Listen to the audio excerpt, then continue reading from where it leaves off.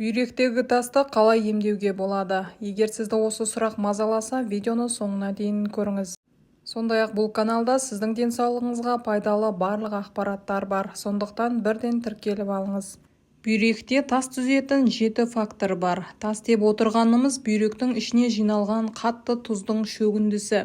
Ол түзілістер ағзадан кіші дәретпен шығып кетуі керек. Егер ондай бола қоймаса, келер қауіп біршама деп біліңіз. Ірі тастар несеп шығаратын жолдарды бітеп әжетханаға бара алмайтындай қиындықтар әкеледі. Оған қосымша арқа қатты ауырып, іштің төменгі жағы сыздауы мүмкін. Әлем тұрғындарының әрбір 10-шысы несеп шығару жолдарындағы тастың тұзағына ілінеді екен.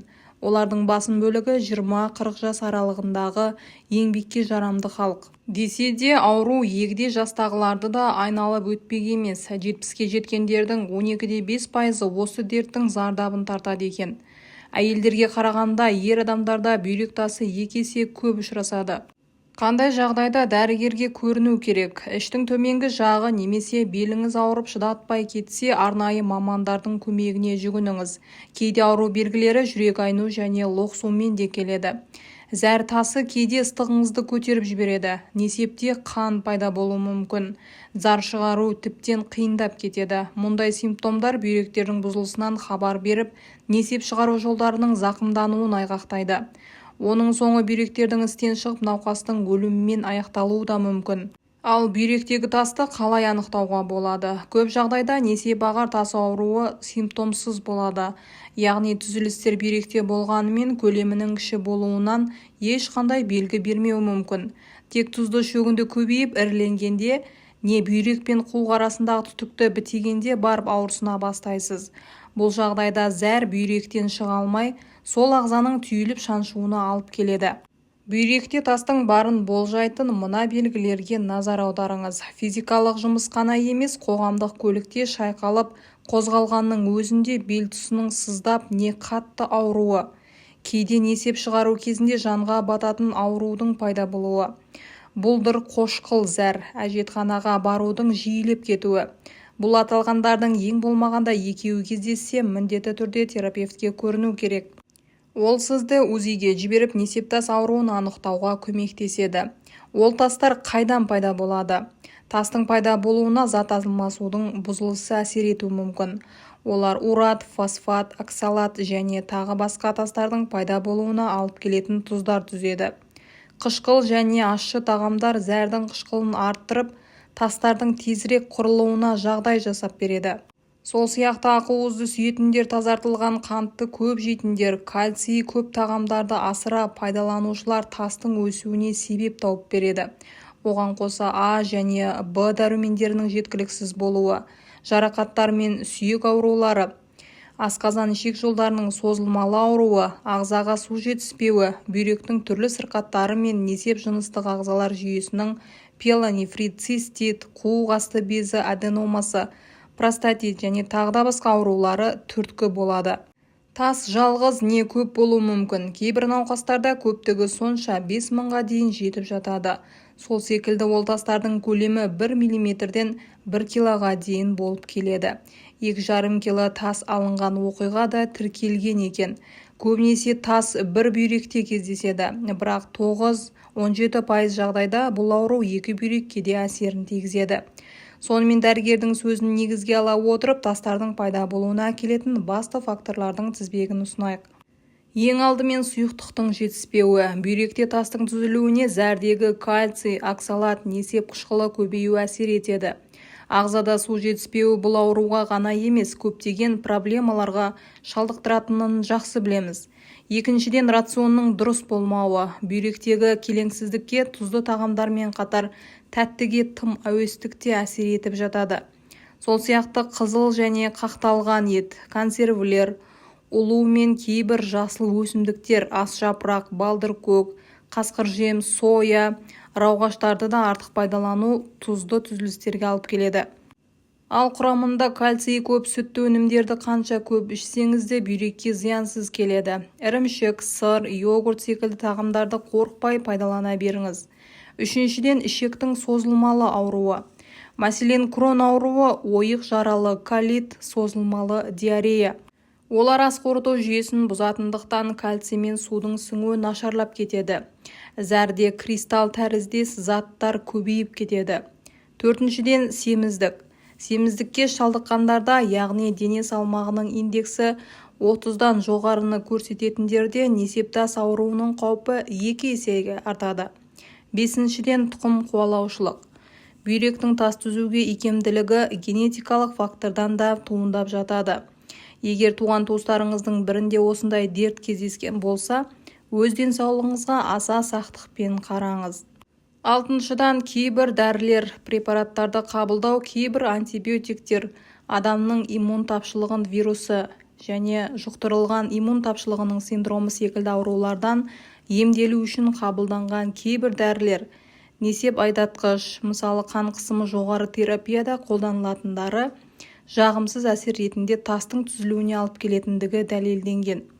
Жетіншіден, басқа да аурулардың болуы, бүйректегі тас төмендегілердің жағымсыз әсерінен туындап жатады. Белгілі бір генетикалық аурулар, мысалы медулярлы кемік бүйрек ұлпасында ісікке алып келетін туғаннан пайда болатын дефект. Екінші түрдегі диабет. Диабет зәрді қышқылдандырады, ал ол өз кезегінде тастың түзілуіне ықпал етеді. Тұз байлану ауруы бұл сырқатқа шалдыққан адамның қанында зәр қышқылы көбейіп кетеді. Гиперпаратиреоз. Қалқанша жанындағы бездің жұмысының бұзылуынан қан мен зәрде кальций артып кетеді. Ал бүйректегі тасты қалай емдеуге болады? Терапевт, нефролог, уролог алдына шағым айтып келген адамды арнайы тексерістен өткізуге жібереді. Алдымен қанға анализ тапсырады. Бұл ондағы кальций мен зәр қышқылының көрсеткішін анықтауға көмектеседі. Содан соң несеп анализін тапсырады және УЗИ-ден өтеді. Компьютерлі томография немесе құрсақ қуысының рентгені. Егер тастың бар екені белгілі болса, оның көлеміне қарай емдік шаралары әртүрлі жүргізілуі мүмкін. 0,5 см-ге дейінгі тас түзілісіне консервативті терапия жүргізіледі. Ондай жандарға күніне 1,9-2,8 литр сұйықтық ішуге кеңес беріледі. Су бүйректегі шөгіндіні табиғи жолмен шығаруға көмектеседі.